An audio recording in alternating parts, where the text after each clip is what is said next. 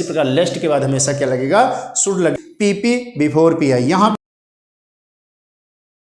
Complex sentence बनाने की कड़ी में जो हमारा आज अंतिम क्लास है, कॉम्प्लेक्स बनाने की कड़ी में एडवर्ब क्लास द्वारा कॉम्प्लेक्स बनाना। तो सबसे पहले जान लेते हैं कि एडवर्ब क्लास क्या है।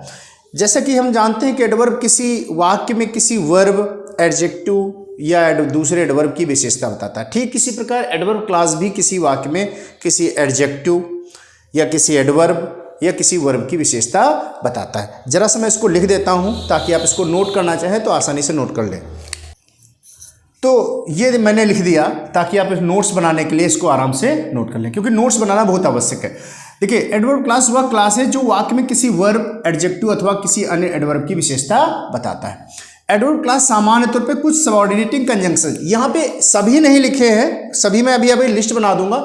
कुछ सबऑर्डिनेटिंग कंजंक्शन जैसे कि इफ मतलब जैसे वाक्य होता है यदि तुम मेहनत करोगे तो तुम पास हो जाओगे, तो इफ से शुरू हो सकता है। व्हेन, जब, व्हेन का तात्पर्य क्या है, जब तुम मेहनत करोगे तब तुम पास हो जाओगे, या जब तुम यहाँ आए तब मैं सो रहा था। एज सुन एज, ज्यों ही त्यों ही समय को प्रस्तुत करता है। अनलेस, जब तक कि नहीं। अनटिल, ये अनलेस शर्त को प्रस्तुत करता है, जब तक कि नहीं।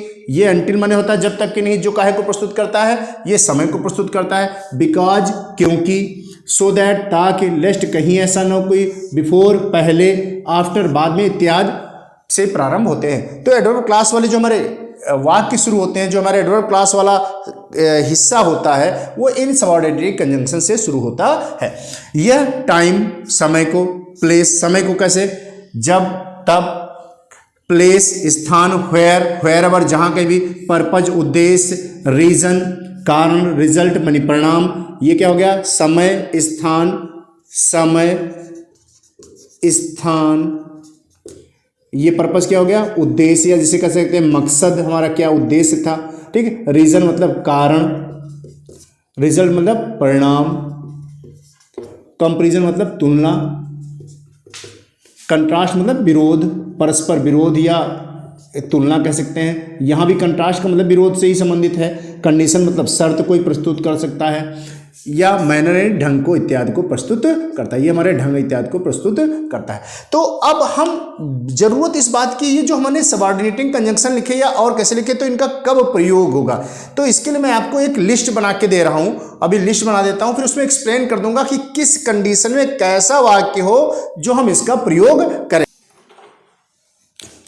तो ये मैंने कुछ शॉर्टकट लिख दिए, ये जो एडवर्ब क्लास के प्रयोग से कॉम्प्लेक्स बनाने के कुछ शॉर्टकट जुगाड़ कि हम किन शब्दों का प्रयोग, ये एक लिस्ट बना के हमको अपनी कॉपी में या अपने दीवार पे या मेज पे इसको जरूर रख लेना चाहिए। यदि हम एडवर्ब क्लास वाली एक्सरसाइज कर रहे हैं, कॉम्प्लेक्स बना रहे हैं, तो ये अपने पास सामने रख लेना चाहिए। तो समझाते हैं इसको कैसे क्या करना। देखिए, से लिखा है यदि तो कब प्रस्तुत करेगा, जब शर्त को, जैसे तुम मेहनत नहीं करोगे तो तुम फेल हो जाओगे, तो यदि तुम मेहनत नहीं करोगे तो तुम क्या हो जाओगे, फेल हो जाओगे। तो ये किसको प्रस्तुत करता है, ये एक प्रकार से शर्त को प्रस्तुत करेगा। यदि तो आपको एक प्रकार से क्या करेगा, शर्त। या आपको कभी कभी सेंटेंस में महसूस हो कि एक प्रकार से जैसे धमकी टाइप का दे रहा है, मेहनत करो तुम फेल हो जाओगे, तो मेहनत करो तुम फेल हो जाओगे, धमकी कह लीजिए या सलाह कह लीजिए। तो यदि, तो ये प्रकार की क्या कर रहा है, शर्त को प्रस्तुत कर रहा है। जब तब, यदि से कोई काम, दो एक साथ काम हो गए, जब तुम आए, या जब मैं स्कूल जा रहा था तब बारिश हो रही थी, या जब मैं सो रहा था तब तुम खेल रहे थे। तो जब तब समय को प्रस्तुत करता है, जब दो कार्य एक साथ हो रहे हों, जब तब। ज्यों ही त्यों ही, यहाँ पे एक चीज बता दें, यदि के बाद तो के लिए देन का प्रयोग नहीं होगा, जब के बाद तब के लिए देन का प्रयोग नहीं होगा, बल्कि हम क्या लगा देंगे, कामा लगा देंगे। एक हिंट में बता दूं, अगर देन शब्द का प्रयोग हुआ है, अगर देन शब्द का प्रयोग हुआ है तो समझ लीजिए इसका व्हेन का प्रयोग होना बिल्कुल तय है। या ज्यों ही त्यों ही लगा है, ज्यों ही त्यों ही जब सडनली दो कार्य हो जाए, जैसे यह एटवंस, अगर एटवंस लगा हुआ है, एटवंस लगा है या सून लगा हुआ हो, हिंट है ये, एटवंस लगा है वाक्य में या सून लगा हुआ है, तो समझ लीजिए एज सून एज का प्रयोग होना बिल्कुल तय है। जैसे मैं बाहर निकला तुरंत बारिश शुरू हो गई, तो ज्यों ही मैं बाहर निकला त्यों ही बारिश शुरू हो गई। ठीक है। या अध्यापक ने कक्षा में प्रवेश किया, बच्चे तुरंत शांत हो गए, तो ज्यों ही अध्यापक ने कक्षा में प्रवेश किया बच्चे तुरंत शांत हो गए। तो ये हमारा एज सून एज, ज्यों ही त्यों ही, जब सडनली कोई कार्य के कारण तुरंत परिणाम हो। सडनली अगर लगा हो, सडनली, तब भी हमारा अगर सडनली लगा है, हिंट ये है कि एटवंस लगा, सून लगा या सडनली लगा है, तो ये समझ लीजिए इसका प्रयोग होना बिल्कुल तय है। यद्यपि फिर भी जब वाक्यों के बीच में परस्पर विरोधी भाव हो, परस्पर विरोधपूर्ण संबंध, परस्पर विरोधी भाव जोड़ने हो, परस्पर विरोधी भाव जोड़ने हो, यदि परस्पर विरोधी भाव जोड़ने हैं हमें, तो हमें आल्दो फिर भी, यद्यपि फिर भी का प्रयोग करेंगे। फिर भी के लिए कामा लगाएंगे, यहाँ पे एट नहीं लगाएंगे। हालांकि पुरानी अंग्रेजी में क्या होता था, दो के बाद यहाँ पे एट लगा देते थे, लेकिन यदि आल्दो का प्रयोग कर रहे हैं तो यहाँ पे क्या कर देंगे, कामा लगा देंगे, एट का प्रयोग नहीं करेंगे। ये कैसे, जैसे उसने मेहनत की, वो फेल हो गया, तो मेहनत करने का परिणाम क्या होता है, पास होना, लेकिन मेहनत करने का बावजूद वो क्या हो गया, फेल हो गया। तो विरोधी भाव हैं, उनको कनेक्ट करना है। तो Aldous he worked hard he failed. मैं एग्जाम्पल अभी बताऊंगा पूरा, पहले आपको इस लिस्ट को समझा दूं, मैं एग्जाम्पल पर भी आऊंगा। इतना और की, इतना की जैसे रिमूव टू पे हम आ जाएं। रिमूव टू, चाय गर्म है, मैं इसे पी नहीं सकता हूँ। चाय इतनी गर्म है कि मैं इसे पी नहीं सकता हूँ। वह बहुत कमजोर है, वह पुस्तकें नहीं खरीद सकती। सी इज सो पुअर, कमजोर मीन्स गरीब, यहाँ पे कहने का तात्पर्य है। She is so poor that she can not buy books. वह इतनी कमजोर है, वह इतना गरीब है कि वह पुस्तकें नहीं खरीद सकता, या इतनी गर्म है कि कोई बाहर नहीं जा सकता। It is so hot that one can not go out. तो इतना की हो जाएगा। उतना नहीं जितना की, उतना नहीं जितना की, उतना नहीं की अंग्रेजी क्या हो जाएगी, नॉट सो। यहाँ पे बता दें, अगर ये नहीं होता, उतना ही हो जितना होता, तो एज और एज का प्रयोग करते हैं। जैसे ये लिखा है, उतना ही मैं, I am rich, you are equally rich, तो I am as rich as you. या Ram is tall, Sita is equally tall, तो Ram is as tall as Sita. जब बराबर इक्वली वाले वाक्य आपको जब कभी मिल जाए तो समझ लीजिए एज का प्रयोग होना है। ठीक, कम ज्यादा की बात आ रही है, तुलना हो रही है, कम ज्यादा हो रहा है तुलना में, ये काहे में प्रयोग होना, हमारा तुलना में प्रयोग होना है। ये तुलना में प्रयोग होना, हम यहाँ पे लिखे दे रहे हैं, यहाँ पे हो सकता है नीचे दिखे। तो ये चीज़ हमारी काहे में प्रयोग होना है, तुलना में, जब दो चीज़ों की तुलना की जा रही हो। और तुलना अगर एक कम एक ज़्यादा, एक कम एक ज़्यादा, दो लोगों की तुलना हो रही है, एक कम हो उसमें एक ज़्यादा हो, और ये इसमें क्या है, ये भी तुलना है, लेकिन ये तुलना में क्या है, दोनों जब बराबर का हो, x और y दोनों क्या हो, हमारे बराबर हो, तो हम इस उतना ही जितना की का प्रयोग करेंगे। ताकि का प्रयोग करेंगे जब ये हमारा उद्देश्य को प्रस्तुत करता है, ताकि को प्रस्तुत करता है उद्देश्य को। यहाँ पे एक बहुत जरूरी चीज़ बता दें, यहाँ पे एक मोस्ट इंपॉर्टेंट चीज़ ये हम बता दें, मोस्ट इंपॉर्टेंट चीज़ ये है कि सो दैट के बाद हमारे पास दो सहायक क्रिया लगानी चाहिए। कर्ता जो भी आ जाए, सो दैट के बाद जो कर्ता होगा उसके बाद यहाँ पे हमें या तो मे लगाना चाहिए या माइट लगाना चाहिए। अब कब लगाएंगे मे और कब माइट लगाएंगे, यदि यहाँ पर हमारा पास्ट टेंस है, यदि इधर पास्ट टेंस है तो हम उधर क्या लगाएंगे, जाके माइट। लेकिन अगर कोई अन्य टेंस होता है, यहाँ पे प्रेजेंट या फ्यूचर होता, तो हम क्या लगाते हैं, जाके मे। तो सो दैट के बाद हमें मे या माइट का ही प्रयोग करना चाहिए। यदि बाहर इधर पास्ट है तो उधर क्या लगा देंगे, सो दैट के बाद माइट लगा देंगे। लेस्ट मीन्स होता है कहीं ऐसा ना हो कि, कहीं ऐसा, जैसे सावधानी पूर्वक चलो, कहीं ऐसा ना हो कि तुम गिर पड़ो। Walk carefully lest you should fall down. Lest के बाद आपको बता दें कि जो भी सहायक क्रिया लगेगी वो हमेशा शुड लगेगी, और नाट का प्रयोग कदापि नहीं होगा। नाट का प्रयोग कदापि नहीं होगा, हमेशा सहायक क्रिया क्या लगेगी, शुड लगेगी। जैसे सो दैट के बाद मे और माइट का प्रयोग होता है, पास्ट होने पर माइट लगता है, इसी प्रकार लेस्ट के बाद हमेशा क्या लगेगा, शुड लगेगा। नाट का प्रयोग कदापि नहीं होगा। ये हमारे सिंटैक्स के लिए वही बहुत उपयोगी है, इसीलिए मैंने इनको बताया कि ये मोस्ट इंपॉर्टेंट है, क्योंकि ये हमारा सिंटैक्स में भी आ जाता है। बिकॉज सभी लोग जानते हैं, क्योंकि, मानो कि, एज इफ, यहाँ पे भी एक चीज इंपॉर्टेंट है, यहाँ पे भी आपको बता दें क्या इंपॉर्टेंट है। मानो कि के बाद जब भी सहायक क्रिया लगेगी, चाहे जो करता हो, चाहे जो वचन हो, मानो कि के बाद हमेशा क्या लगेगा, वेयर। वह ऐसे बात करता है मानो कि वह राजा हो। He talks as if he were a king. He के साथ तो वेयर नहीं लगता, लेकिन यहाँ पे क्या लगा देंगे, जब एज इफ होगा तो क्या लगेगा, ही के साथ वेयर लग जाएगा। पहले और पश्चात वाले, तो इसमें आपको ये जो हम पास्ट परफेक्ट के वाक्य बनाते थे, जुड़े हुए वाक्य, जो मिश्रित वाक्य होते थे, वही हमारे यहाँ पे आएंगे। इसमें भी मैं आपको बता दूं, जब कभी बीच में बिफोर लगा हो तो समझ लीजिए PP before pi. PP before pi का मतलब यहाँ पे क्या है, पीपी मेरा नाम नहीं लिखा हुआ है, ठीक। पीपी का मतलब पास्ट परफेक्ट। पास्ट परफेक्ट मतलब हैड प्लस वर्ब की third form, had plus verb की थर्ड फॉर्म। इधर क्या होगा, पास्ट इंडिफिनिट वर्ब की सेकंड फॉर्म, वर्ब की सेकंड फॉर्म, वर्ब की सेकंड फॉर्म। इधर हो जाएगा हमारा वर्ब की सेकंड फॉर्म। फिर अगर पश्चात लगा है बीच में तो क्या लगेगा, P I after PP. PP का मतलब पास्ट परफेक्ट। जब हमारा आफ्टर लगेगा तो हमारा हैड प्लस वर्ब की थर्ड फॉर्म बाद में जाएगा, इधर क्या आएगा, वर्ब की सेकंड फॉर्म यानी पांच बीट आएगा। चूंकि हमें इंग्लिश में वाक्य कनेक्ट करना है तो यहाँ पे हमको ये PP before pi pi after PP याद करना ज़्यादा फायदेमंद होगा, क्योंकि दो वाक्य हमने देखे, एक पहले काम हो रहा है, बाद में हो रहा है। अगर हमें पास्ट परफेक्ट मिल गया पहले सॉरी, तो क्या करेंगे हम पीपी वाले वाक्य को पीपी वाले को दो, पास्ट परफेक्ट को पहले रख दें, बीच में बिफोर लगा दें, उधर क्या लिख दें पास्ट परफेक्ट। अगर हमारा पास्ट परफेक्ट वाक्य बाद में लिखा हुआ है तो हम क्या करते हैं, पहले पास्ट मिनट कर दें, बीच में आफ्टर लगा दें, हमारा सेंटेंस हो जाएगा। फिर जब तक कि नहीं की अंग्रेजी क्या होती है, अनलेस। ये भी हमारे लिए इंपॉर्टेंट पहलू है। क्यों इंपॉर्टेंट है? अनलेस के बाद नॉट का प्रयोग कदापि नहीं होगा। अनलेस के बाद नॉट का प्रयोग कदापि नहीं होगा। क्यों? क्योंकि अनलेस के अंदर हमारा नॉट मिक्स है, इसलिए अनलेस के बाद नॉट का प्रयोग नहीं होगा। ये शर्त को प्रस्तुत करता है। अनटिल जब तक कि नहीं, वेट हियर अनटिल आई कम, यहाँ इंतजार को, अनटिल मैंने नहीं लिखा, यहाँ पे बता देता हूँ, वेट हियर अनटिल आई कम, यहाँ इंतजार करो जब तक कि मैं ना आ जाऊँ। तो जब तक, जब समय को प्रस्तुत करता है, ये किसको प्रस्तुत कर रहा है? शर्त को। यदि समय को प्रस्तुत करता तो क्या हो जाता है, यदि समय को प्रस्तुत करता तो हम क्या लगाते? अनटिल। तब क्या लगाते? Until. Wait here until I come, जब तक कि नहीं, अगर समय को प्रस्तुत करा है तो क्या लगाएंगे? अनटिल। और वैसे ही जैसे कि he will talk as you talk him, वह वैसे ही बात करेगा जैसे कि। इसके प्रयोग बहुत कम होते हैं, लेकिन हमने जो इसमें कुछ महत्वपूर्ण बताए हैं, ठीक, वो जरूर आपको ध्यान रखना है, क्योंकि वो कई जगह यहाँ पे तो काम आएंगे, सिंटैक्स में भी काम आएंगे। अब मैं इनका सारा जो आपको बता दिया, अब इनके एग्जाम्पल बताता हूँ तो ज़्यादा क्लियर हो जाएगा।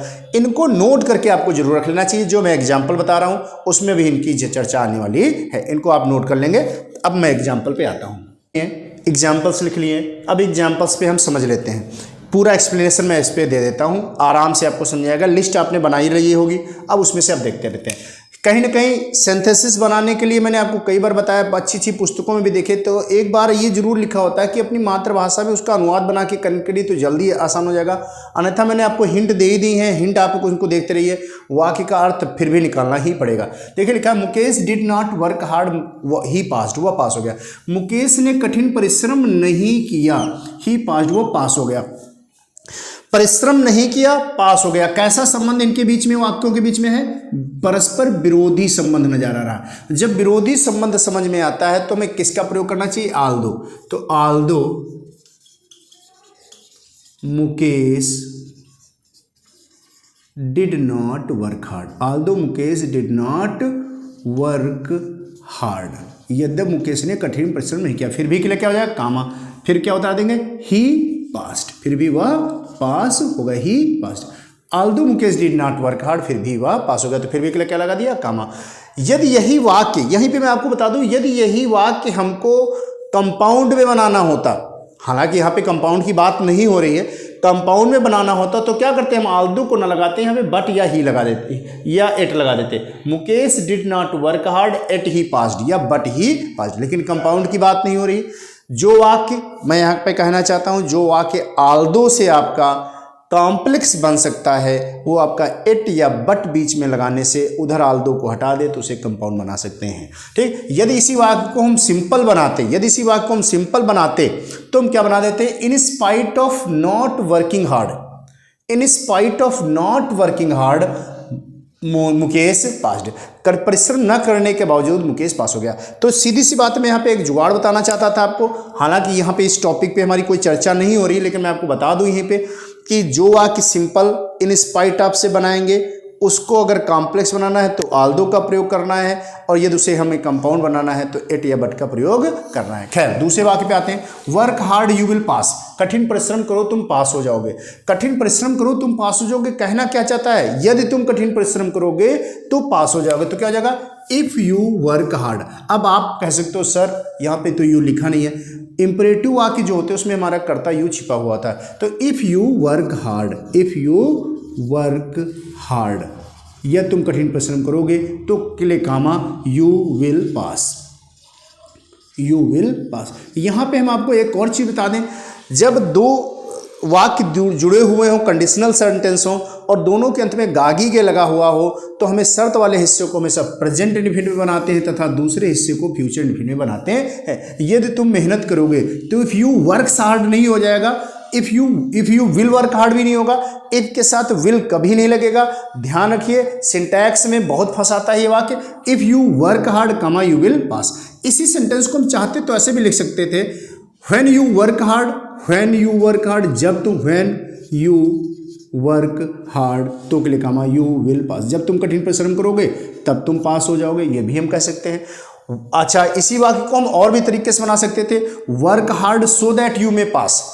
भाई क्या करा है, कठिन परिश्रम करो तुम पास हो जाओगे, कठिन परिश्रम करो सो दैट यू मे पास। यहाँ पे क्या विल हट जाएगा, जगह नहीं है यहाँ पे, चूंकि मैंने एग्जाम्पल के लिए स्पेस छोड़ा हुआ है, लेकिन मैं आपको बता दे रहा हूँ work hard so that you may pass, कठिन परिश्रम करो ताकि तुम पास हो जाओ, क्योंकि पास हुआ नहीं, पास हो जाओगे की बात है। Work hard so that you may pass, ताकि तुम पास हो जाओ। फिर क्या कहता है, Hari was very poor he could not buy books, Hari बहुत गरीब था, वो पुस्तकें नहीं खरीद सकता। तो ये कई प्रकार से बन सकता है हमारा, क्या बना सकते हैं, हरी इतना गरीब था कि वो पुस्तकें नहीं खरीद सका, तो क्या हो जाएगा, Hari was so poor, Hari was so poor that he could not buy books. एक तो तरीका हमारा ये हो गया, Hari was so poor that he could not buy books, Hari इतना गरीब था कि वो पुस्तकें नहीं खरीद सकता। इसी चीज वाक्य को हम एक और तरीके से बना सकते हैं। देखिए, कारण और प्रभाव या कारण परिणाम का भी संबंध है इसमें, तो हम क्या कर सकते हैं, अब ही किसके लिए लगा हुआ है, हरी के लिए, हम इसको इधर सेंटेंस ले आए, हरी कुड नॉट बाई बुक्स, हरी पुस्तकें नहीं खरीद सकता। क्यों नहीं खरीद सका, बिकॉज, क्योंकि, ही was very poor, because he was very poor, क्योंकि वो बहुत गरीब था। तो हम सेंटेंस को ऐसे भी लिख सकते हैं, Hari could not buy books because he was very poor. अब देखते हैं क्या लिखा है, Ravi is wise, Monu is equally wise. Ravi बुद्धिमान है, मोनू बराबर बुद्धिमान है। हमने अभी आपको जब शॉर्टकट बताए थे उसमें लिखा था बराबरी की बात आ जाए दो क्वालिटीज़ की, दो व्यक्तियों की, तो क्या होना चाहिए, एज का प्रयोग कर देंगे। तो Ravi is as wise as Monu, Ravi is as wise as Monu. हम इस सेंटेंस को उधर से भी लिख सकते हैं, Monu is as wise, Monu is as wise as Monu. हम इस सेंटेंस को ऐसे भी लिख सकते थे, Monu is as wise as Ravi, as Ravi. हम इस सेंटेंस को ऐसे भी लिख सकते थे। अब आगे देखते हैं, सोनू इज रिच, सोनू धनवान है, Monu is less intelligent, sorry यहाँ पे क्या हो गया, Sonu is rich, Monu is less rich, intelligent हो गया था, यहाँ पे इसको कर देते हैं, Monu is less rich. Sonu धनवान है, मोनू कम धनवान है। तो जाहिर सी बात है इसमें क्या है, एक ज्यादा है एक कम है। कौन कम है, मोनू कम है, तो क्या सेंटेंस हो जाएगा, Monu is not so rich, Monu उतना धनवान नहीं, जो कम है उसको इधर ले आओ नॉट के साथ, मोनू उतना धनवान नहीं है एज सोनू, एज मोनू उतना धनवान नहीं है जितना कि सोनू। तो ध्यान देखिए, एक चीज देखिए, यहाँ पे भी हमारा पॉजिटिव डिग्री वाला वाक्य था, यहाँ पे भी पॉजिटिव डिग्री वाला वाक्य था। जाहिर सी बात है हमारे पॉजिटिव डिग्री वाले वाक्य इसके अंतर्गत आ रहे हैं। नो अदर, जैसे अभी कोई देन इन इधर वाला वाक्य होता, नो अदर वाला वाक्य अगर हमारा होगा, जैसे no other city is so big as Delhi, no other city is so big as Delhi, कोई शहर उतना बड़ा नहीं है जितना कि दिल्ली, तो वो भी हमारा, तो ये देखिए पॉजिटिव डिग्री वाले जितने वाक्य हैं इसके अंतर्गत आ रहे हैं। फिर क्या कहता है, Sita saw the lion she ran away, Sita ने शेर को देखा वो भाग गई। तो देखिए देखते ही भाग गई, तो इसमें क्या हो जाएगा, कितने प्रकार से बन सकता है, बहुत प्रकार से। When Sita saw the lion कमा सी रैन अवे, जब सीता ने शेर को देखा तब वह भाग गई। या दूसरा तरीका, शेर को देखने के बाद कोई आदमी रुकेगा क्या, उसका हालचाल पूछेगा, नहीं, तुरंत भाग जाएगा। तो क्या होगा, जब तुरंत काम होने की बात आ रही है तो as soon as Sita saw the lion कमा सी रैन अवे, ज्यों ही सीता ने शेर को देखा त्यों ही वह भाग गई। तीसरा भी हमारे पास क्या हो सकता था, हम कह सकते थे, सी किसके लिए लगा था, सीता के लिए, सीता रैन अवे, सीता भाग गई, सीता भाग गई, सीता रैन अवे, सीता भाग गई। क्यों भाग गई, बिकॉज सी सा द लायन, बिकॉज सी सा द लायन, क्योंकि उसने शेर को देखा था। फिर क्या कहता है, मोनू वॉज सिक, मोनू बीमार था, he did not go to office, वो ऑफिस नहीं गया। तो कारण परिणाम का संबंध है, तो क्या करेंगे, मोनू डिड नॉट, ये ही किसके लिए लगा है, मोनू के लिए, तो यहाँ पे मोनू मान रख देते हैं, क्या हो जाएगा, Monu did not go to office, Monu office नहीं गया, बिकॉज क्योंकि ही वॉज सिक, क्योंकि ही वॉज सिक, क्योंकि वो बीमार था। मोनू ऑफिस नहीं गया क्योंकि वो बीमार था। लिखा है वॉक केयरफुल्ली यू में फॉल, सावधानी पूर्वक चलो तुम गिर सकते हो। कहने का मतलब कहना क्या चाहता है, सावधानी पूर्वक चलो, कहीं ऐसा ना हो कि तुम गिर पड़ो। वॉक केयरफुल्ली, सावधानी पूर्वक चलो, कहीं ऐसा न हो कि अंग्रेजी क्या होती है, लेस्ट। लेकिन लेस्ट के बाद आपको शर्त बता दें, लेस्ट के बाद नॉट का प्रयोग कदापि नहीं होता तथा सहायक क्रिया कौन सी लगती है, should. Walk carefully lest you should fall, लेस्ट you should fall, कहीं ऐसा ना हो कि तुम गिर पड़ो। फिर क्या कहता है, द पेशेंट डाइड, ये सेंटेंस में दिमाग लगाना है।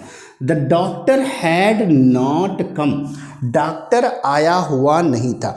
पहले बाद वाले वाक्य के लिए मैंने बताया था पीपी बिफोर पीआई, लेकिन एक चीज देखो, यह मरीज मर गया, डॉक्टर आया हुआ नहीं था, पहले काम कौन सा पूरा हुआ, पहले काम क्या हुआ, पेशेंट मर गया, डॉक्टर बाद में आया है, डॉक्टर आया नहीं था, डॉक्टर बाद में। तो यहाँ पे बहुत पेचीदा वाक्य है, ऐसा नहीं कि इसमें सीधे हम बीच में आफ्टर लगा दें, नहीं, इसमें देखिए पहले कौन काम हो गया। जब हम इसके नियमों को पढ़े पास्ट परफेक्ट वाले वाक्यों में क्या होता है, जो काम पहले संपन्न होता है उसे पास्ट परफेक्ट में बनाते हैं, जो बाद में संपन्न होता है उसे पास्ट में बनाते हैं, तथा वाक्यों का क्रम क्या कर देते हैं, वाक्य का पलट देते हैं। जब हिंदी वाला वाक्य होता है उसको बनाने के समय क्या कर देते हैं, जैसे हिंदी में वाक्य ऐसे लिखा हुआ अगर या ऐसे लिखा हुआ तो उसको बनाने के समय पलट देंगे। तो ये सेंटेंस हमारा बनेगा, the patient had died, the patient had died. आप कह दो कि सर ये अपने तरफ से हम लगा सकते हैं, हाँ, हम अपने भाव को अनुसार उसको चेंज कर सकते हैं। द पेशेंट, हाँ, उसका जो मर्म था वो वही आना चाहिए। The patient had died before the doctor came, doctor के आने के पहले रोगी मर गया था।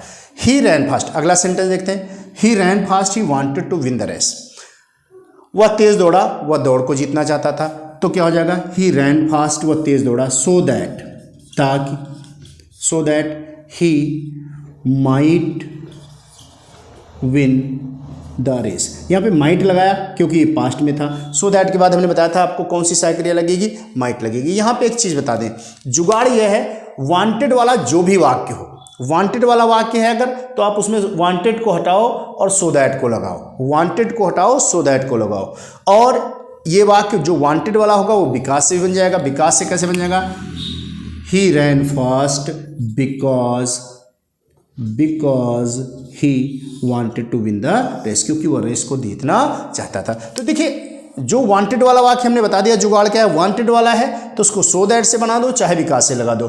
जब सो दैट लगाएंगे तो वांटेड को हटाएंगे, बिकॉज लगाएंगे तो सीधे उठा के फिट कर देंगे, हमारा हो गया। और भी मैं उदाहरण बता देता हूं जिन वाक्यों से या जिनसे संबंधित रह गए हूं, ठीक है, और उदाहरण मैं बता देता हूं।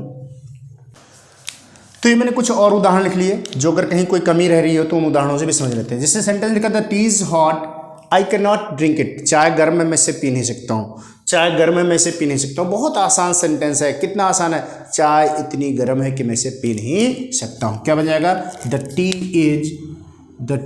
Is so hot that I can not drink it, चाय इतनी गर्म है कि मैं इसे पी नहीं सकता हूँ। अगर हम इस सेंटेंस को और भी तरीके से बनाते तो बना सकते थे क्या, the I can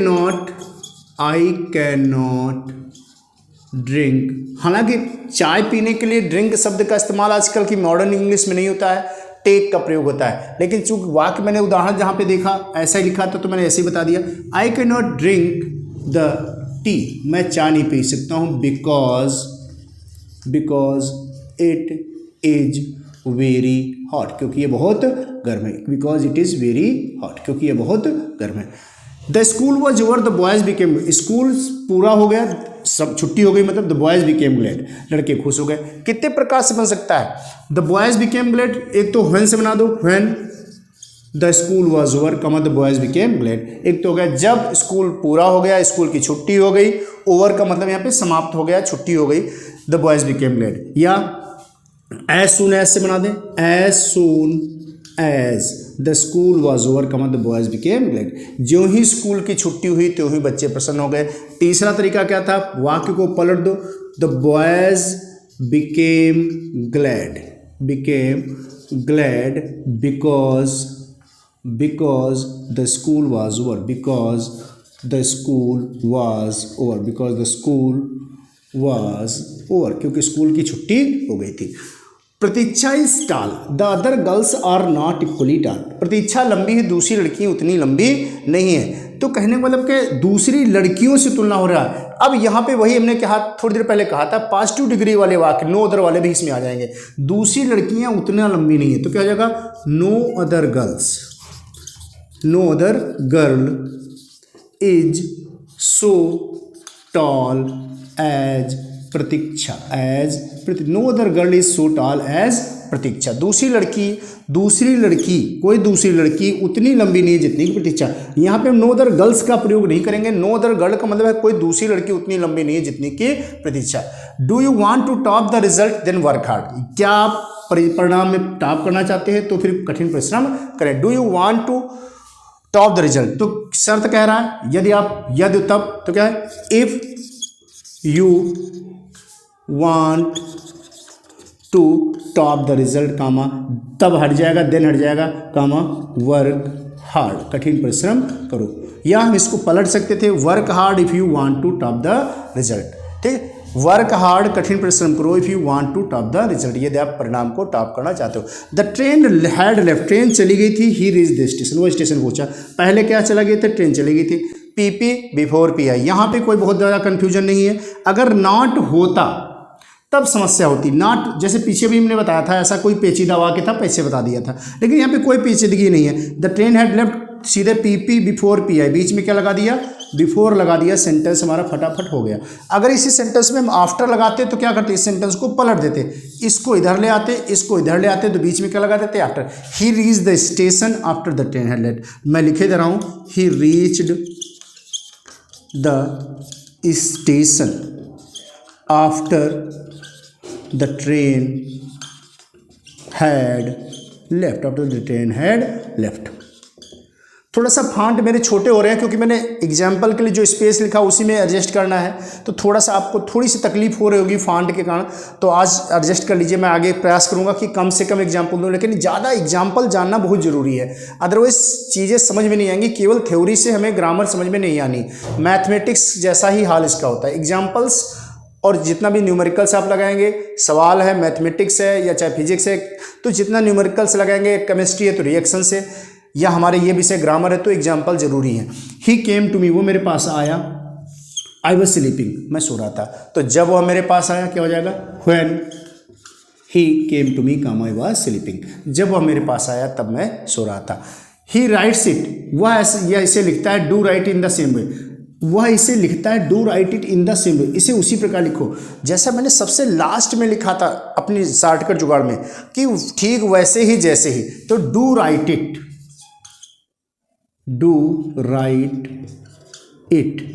as he writes, do write it as he writes, इसे लिखो एज ही राइट, जैसे वो लिखता वैसे इसे लिखो। ही वॉज क्वाइट टायर्ड, वह बिल्कुल थका हुआ था। ही कुड स्केर्सली स्टैंड, वो मुश्किल से खड़ा हो सका। तो क्या हो जाएगा, he was so tired, that he could scarcely stand. ठीक है, वह इतना थका हुआ था कि वो मुश्किल से ही खड़ा हो सका। इसको हम दूसरी तरीके से भी बना सकते थे, ही कुड स्केर्सली का मतलब होता है मुश्किल से ही, बिल्कुल नहीं गिरा। ही कुड स्केर्सली स्टैंड, बिल्कुल जैसे लड़खड़ा के गिरा जा रहा था। He could scarcely stand because he was quite tired. Work hard you will fail, कठिन परिश्रम करो तुम फेल हो जाओगे। कहना क्या चाहता है, कहना ये चाहता है यदि तुम कठिन परिश्रम नहीं करोगे तो तुम फेल हो जाओगे। तो if you do not work hard, ये तुम कठिन परिश्रम नहीं करोगे तो अगले कामा यू विल फेल, तो तुम फेल हो जाओगे। हम इसी सेंटेंस को इफ और नॉट वाला हिस्सा शर्त में जब निगेटिव हो भाव तो क्या कर सकते थे, unless you work hard, unless के साथ नॉट नहीं लगेगा तो नॉट गायब हो गया, तो डू मिक्स हो गया। अनलेस यू वर्क हार्ड, जब तक तुम कठिन परिश्रम नहीं करोगे कामा यू विल फेल, तुम फेल हो जाओगे, या यू विल नॉट पास, जब तक तुम कठिन परिश्रम नहीं करोगे तब तक तुम पास नहीं होगे। यू विल फेल लिख सकते थे, या हम यहाँ पे फेल का मतलब क्या होता है, not pass, you will not pass, तब तक तुम पास नहीं होगे। फिर क्या कहता है, ही वेटेड फॉर राम, उसने राम का इंतजार किया। He waited till he arrived, उसने तब तक इंतजार किया जब तक कि वो आ नहीं गया। तो यहाँ पे शर्त क्या है, समय को शो कर रहा है, समय को शो कर रहा है, तो जब तक कि नहीं कि अंग्रेजी क्या हो जाएगी, अनटिल। तो ही वेटेड फॉर राम, उसने राम का इंतजार किया, अनटिल ही अराइव्ड, जब तक कि वह आ नहीं गया। तो ये हमारे कुछ एग्जाम्पल्स हुए, इनको आप पहले, जब मैंने एग्जाम्पल्स लिखे तो उनको आप पहले लिख लो, बाद में जब मैं समझाता जा रहा हूँ तो उनको सुनो, उसके बाद इसकी प्रैक्टिस करो और देखो, आप ऑब्जर्व करो कि आपसे कहाँ पे गलती हो रही है, कहाँ पे दिक्कत हो रही। तो अगर कोई इसमें से संबंधित कोई वाक्य आपको फंसता है, दिक्कत कर रहा है, तो आप मुझे मेरे व्हाट्सएप नंबर पे 9721 829 408, ये मेरा व्हाट्सएप नंबर है। आप अपनी समस्या को इस पर भेज सकते हैं, कोई भी दिक्कत होती है तो मैं उस पर समाधान कर दूंगा, यदि कोई ऐसा वाक्य इसमें फंसता है। आप ये क्लास देख रहे हैं, ऐसे देखते रहिए, सहयोग बनाते रहिए। मैं और भी प्रयास करूंगा, जितना मुझसे अच्छा हो सकता है उतना मैं अच्छा करने की कोशिश करूंगा। धीरे धीरे मैं कोशिश कर रहा हूं कि आपके लिए जितना बढ़िया से बढ़िया कर सकूं। धन्यवाद।